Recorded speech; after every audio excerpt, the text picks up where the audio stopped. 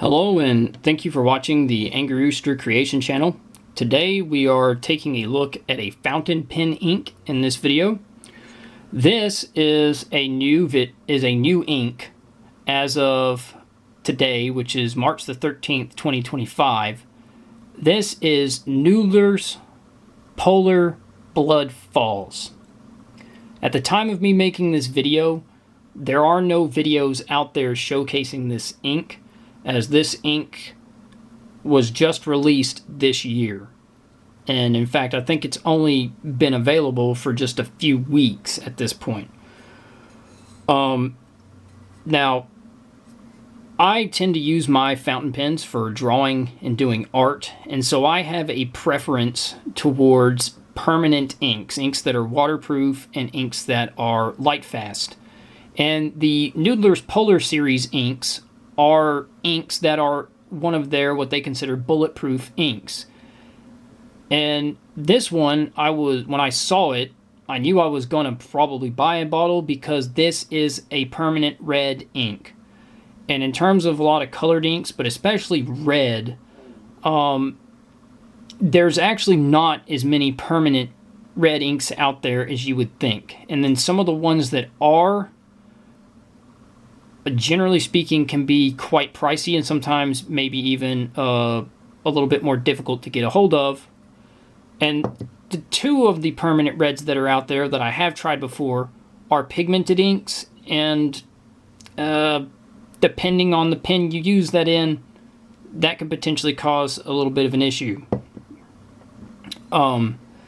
So for the writing test, I'm going to be using some papers that might not be very common. Because I do use my pens for art purposes, the papers I'm going to be using are mostly art papers, except for the two controls. So the two controls are 20-pound copy paper and a composition notebook. And then the other papers are 50-pound Blick white sulfite drawing paper, 50-pound Koh-i-Noor sketch paper, and a 98-pound Canson mixed media paper. Since I don't do a lot of journaling or writing and note-taking, I don't have Tomoe River, Rhodia, Clairefontaine, or Moleskine books. It would probably be more advantageous for most people that might watch this video to see this ink used on those papers, but you know, I'm gonna have to make do with what I have on hand. Now the pen for today, I'm just gonna have this ink in one pen for this video. It is a extra fine Jinhao 619/777. It is, as you can see, a Safari clone pen. Most of my pens, due to the way that I use them, most of my pens are all either fines or extra fines. I've got a few different brands, so that might change a little bit. But I don't have things like medium nibs or broad nibs, so I wouldn't be able to showcase them for you as it is anyways. But hopefully throughout this video I maybe give enough of an ink sample that it can help some people out who may be looking at this ink. Alright, our first writing test is going to be on this 20-pound Pen Gear copy paper. This is the cheapest ream of copy paper that you can get at Walmart. So here we go.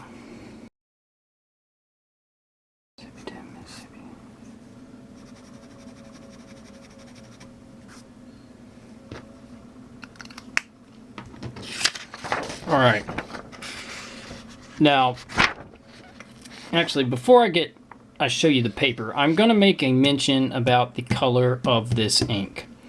So it's a little hard. When I've done the other ink tests that I've done, I just showed the paper and didn't really comment too much on the hue and just kind of let the camera try to come across. But I am going to talk about this one because there is a very clear frame of reference for the color of this particular ink. This Polar Blood Falls is truly a blood red. And what I mean by that, when I filled the pen, this is the tissue that I use to blot the pen. if you fill your pen and blot this and you throw this in the trash can and somebody walks by, they're going to think you cut yourself or had a nosebleed, because on this tissue it looks just like blood on a tissue from something like a nosebleed. And it is a dark red, quite a dark red. Now, this is a fine nib, and this pen is, I wouldn't call it the driest pen, but it's not an extremely wet writing pen. But this ink did not feather and grow on this copy paper like the other two Polar inks that I have used, which is a very pleasant surprise for me. So far, I am really liking that. And in fact, this is the only Polar ink, if you look, the 10-second smear and the scrub smear. When I tested the other two Polar inks, they were so aggressively wicked into the paper that I could not get them to smear on the copy paper. They just wicked in and dried almost instantly. So it's still pretty fast. It was only that last, on the 10-second smear, it was only the last line that actually smeared, and the scrub smeared, and that was swiped immediately after putting the scrub down. But it's not quite as aggressive on the paper as the Polar Brown and the Polar Green were. Now on the back, we do have some pretty significant ghosting on this paper. You can clearly see, and there are some spots where you can see it did kind of want to bleed. Now I would say you could probably still use the back of this piece of copy paper. When we compare it to the Polar Brown here and the Polar Green, and how aggressively they wicked in and bled on the page, this one is not actually, does not seem to be as finicky and quite as aggressive on wicking as the other Polar inks, which is a pleasant surprise for me, because looking at this, I feel like there are more chances for me to actually use this ink, aside from my normal drawing usage on art papers, potentially in more applications than the other Polar inks. And if this is indeed as light, fast, and waterproof as it's claimed to be, I am very, very, very, very pleased with this ink. Like I said, it is so far. I've still got other tests to do, but just from what I'm seeing so far, it's already kind of beyond my expectations of what I thought I would be getting into with this ink. Alright, so now our next test is going to be the composition notebook.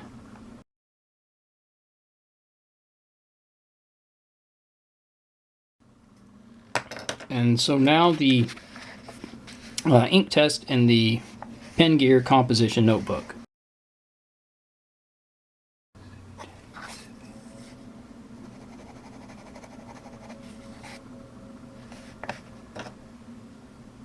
Alright, so that concludes the test with the writing part.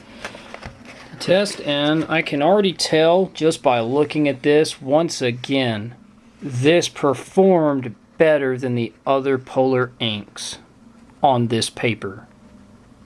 And as you can see, it definitely did not just aggressively wick into the paper, because I got a smear on both the 10-second smear, and it looks like it began smearing at the second mark, so that's about 9 seconds. And it would still smear slightly. And you can see the scrub smear smeared pretty good. So it's not as fast drying, but what that should hopefully lead to, this might not have bled through this notebook paper extremely badly. Let's see on the back. There is ghosting, and there is maybe one little bleed spot right there where it says Noodlers. Now, actually, it does look like I've got a little red spot on my scratch page back here. So I think that's a spot where I doubled the line over. Provided you're a quick writer, you might be able to get away using this ink on a notebook paper and not really have it bleed through. I'm not going to say it's a guarantee, but there's just that one spot. Other than that, you would still be able to use the other side of this piece of notebook paper. And when you compare that to, you can see the brown, the polar brown and the polar green, which was my frame of reference for a polar ink. This is actually much more well behaved on this paper, which is surprising, and it's a good surprise. So far, I am very impressed. This is not what I was really expecting to see, but what I hoped to see, and I'm glad that I'm seeing it. Alright, our next paper is going to be the Blick white sulfite drawing paper.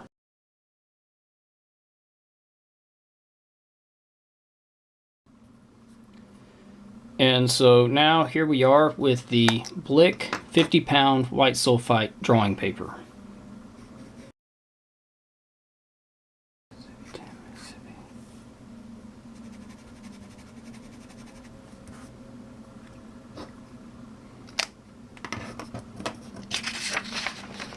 Alright, so here we are. It actually behaved very well on this paper. Very well. Didn't feather. And so far it's not really feathered on any of the papers, which is surprising considering, like I said, the other polar inks have a tendency to do so. It also isn't blotting on this paper.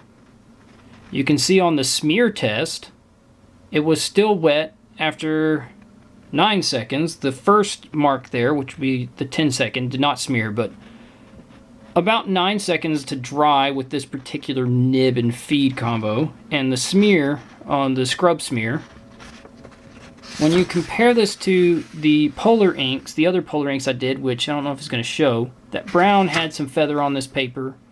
The green had a little bit of feather and some blotting on the paper. If we look at the back, now this is a 50-pound paper, so there's the line where you would potentially see, and there is nothing. Like I said, there's nothing. The reason I mention that is there is the slightest amount of ghosting, even through this 50-pound paper, with both the green and the brown polar inks, because they just so aggressively want to wick into the paper. But this red does not tend to have that aggressive wicking. I've not seen it. And I think that's one of the reasons maybe not as many people use the polar inks, because that's one of the things they're known for, is to be just aggressively wicking and have that tendency to want to feather, blot, and bleed. This does not have it. And this is for a permanent red ink. That blood red color. I am very, very, very impressed so far with what I'm seeing with this ink.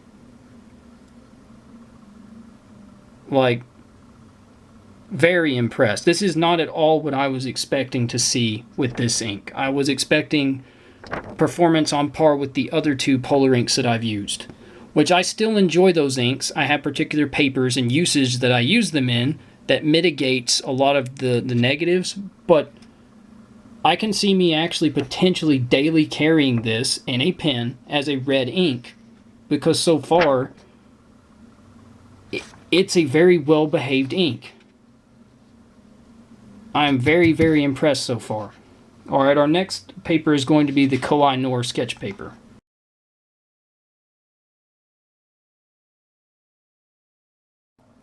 And now I'm going to do a writing test on the 50-pound Koh-i-Noor sketch paper.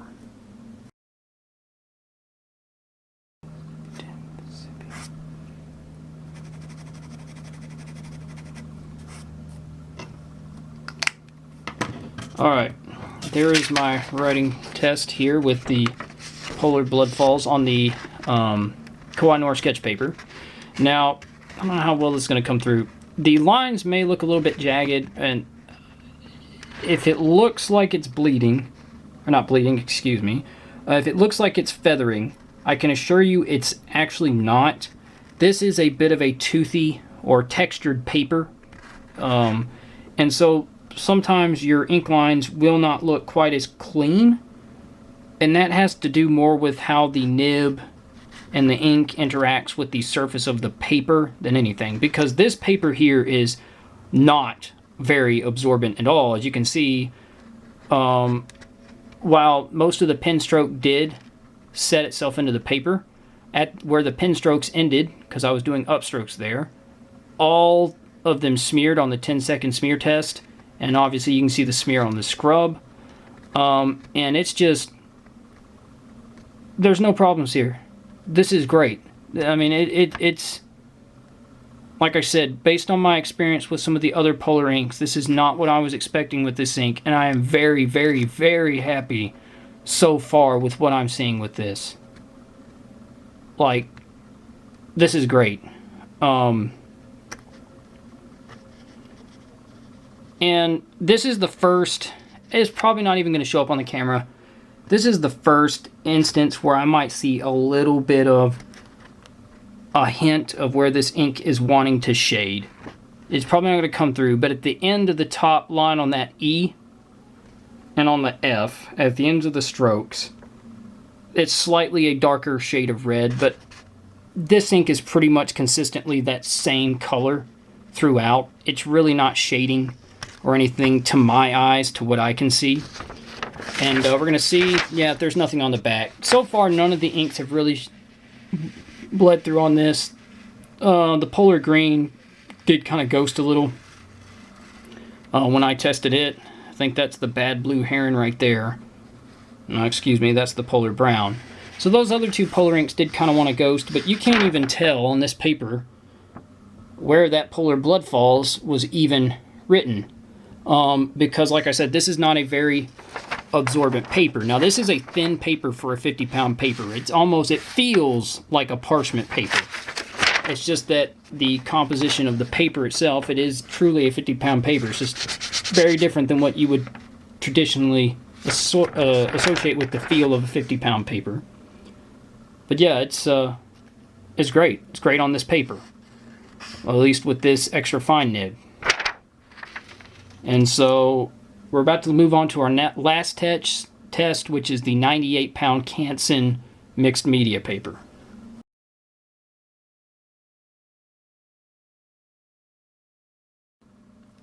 And so for our last test here, I've got this Canson 98-pound mixed media paper.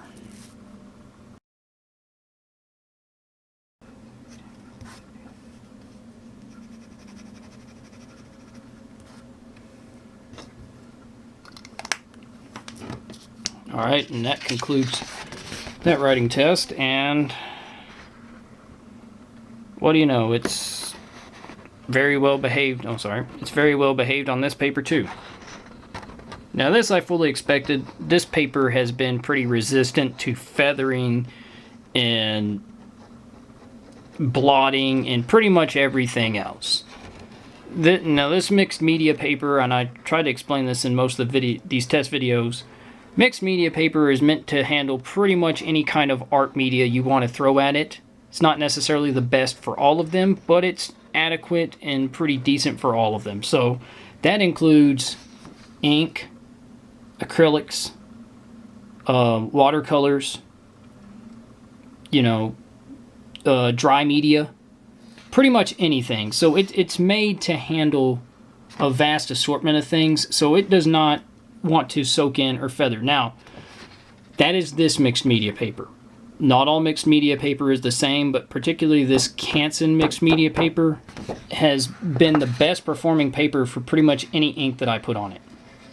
It's not quite as smooth and repellent as, say, like a Bristol would be, but it also doesn't just suck up the ink and feather and have ink spread. And obviously, there's going to be nothing on the back. None of these inks have bled through, because as I've also explained, this 98-pound mixed media paper is about as thick as cardstock. And add to that the fact that it's non-absorbent. No ink that I've tested so far on this page has bled through the paper. Now, it's at this point I want to mention that I keep putting the same, all the inks that I've been testing in the videos that I've been making on these same sheets. I plan to do a light fastness test once I've done the last two inks that I'm going to do on this paper. I plan to do a light fastness test where I take probably the Blick paper and the Koh-i-Noor paper, maybe this one. I might do all three. We'll see. And I'm going to tape them up in the window on the south side of my house, which right now in March is getting full sunlight throughout the day, you know, facing outward. And I'm going to leave them there for a month, and I'm going to post a video where I take these papers off after having been exposed to direct sunlight for a whole month, and I'm going to write on some of these open spaces with the same ink a month later to compare to see if there's any changes in hue or any fading that occurs. And I plan on somewhere on these papers taking a ballpoint pen, maybe one or two colors of ballpoint pen, and then like a Pilot G2 gel pen, and marking on there too as a control, because I fully expect those inks to fade. Just from, I've witnessed ballpoint inks fading on paper just from age, but I expect them to fade, sort of as you know, a control with these other inks. But I'm planning on doing that because most of the inks that I've got on here so far are inks that are supposed to be, you know, eternal inks.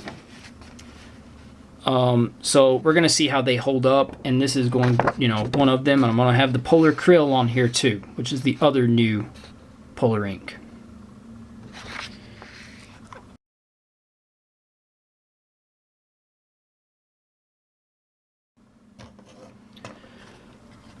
Here I'd like to showcase a little poor man's chromatography I did here. This is absolutely not the ideal way to do a chromatography. This is a piece of paper towel. So this is the chromatography we have at home. It's not the more proper filter papers that would be better to use in this situation, but it might give a little bit of a reference. I dipped this in a mixture of 70% isopropyl alcohol and water, and mixed it roughly 1/3 alcohol to water. And as you can see, there is a little bit of chromatic change, which in these polar inks that I've done so far, there's not really been much of a change. But if you look, the initial line I put down turned pink. And then all of the red seemed to have traveled up the page. Now, this is where I'm not 100% sure, and why I think it would be better if this would be done with the proper papers. It might be how I laid down the ink. It's probably that the ink was thicker here and here, but in the middle, that's either just thinned out red or there could be a yellow hue. But being as how this is on paper towel, I can't 100% tell for sure. The safest bet, I think, is to say that mostly what's traveling up the page is the red, and that remnant there is sort of a base pink color, which is a little strange, but interesting. Like I said, not the best chromatography, but for what it's worth, here it is. So I don't know if that is something that helps anybody out when they're looking at the ink. I will show just real quick. I have done other chromatographies with paper towel and actually got, you know, some chromatic change in the inks that I did chromatographies on. So, but like I said, with the way this one turned out, there would be some more colors here if I had a proper filter paper. But, you know, for what it's worth, there it is. Alright, now I'm about to do a quick water resistance test. It's the test I've done with the other inks that I've tested so far. This is not going to be the most exhaustive water resistance test. It's just going to be a quick one. I'm going to draw a grid of ink on the paper. I'm going to wait 30 seconds. I'm going to drip water with this pipette onto those ink grids. I'm then going to wait 10 more seconds, rub the water into the page, and then dab it off with a tissue and see if I lift any ink or if any ink runs or, you know, spreads on the page.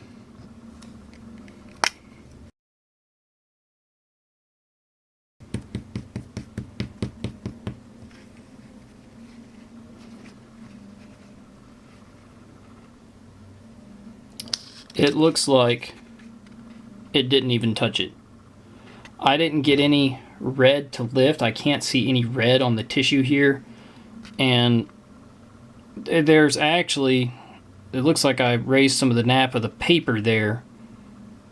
in that one little spot, that little white piece there, by rubbing through the paper, but it did not move, it did not lift. 30 seconds and it was there.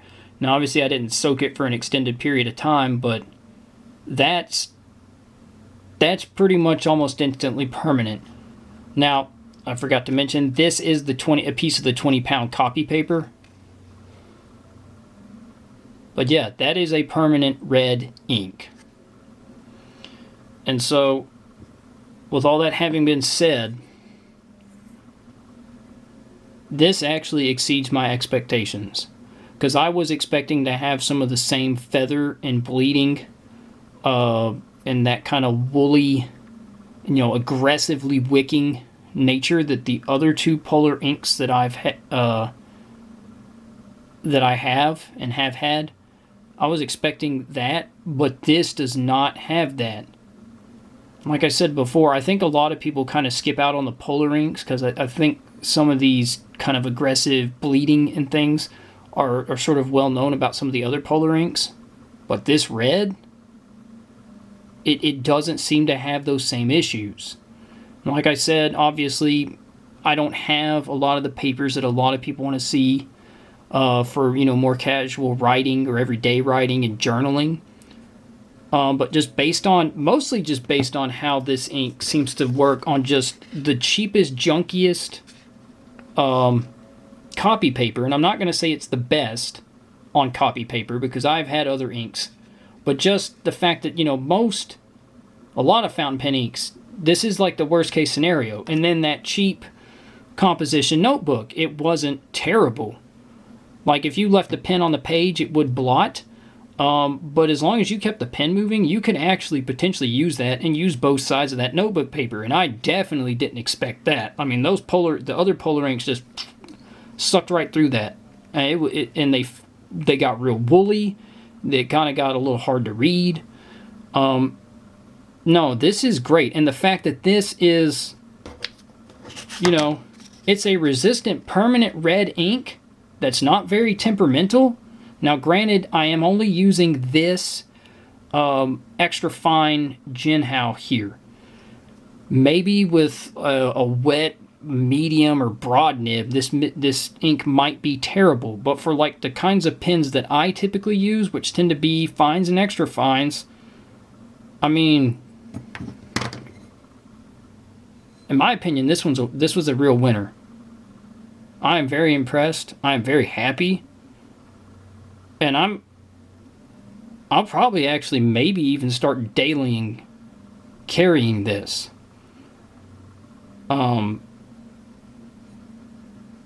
Because this is so far the one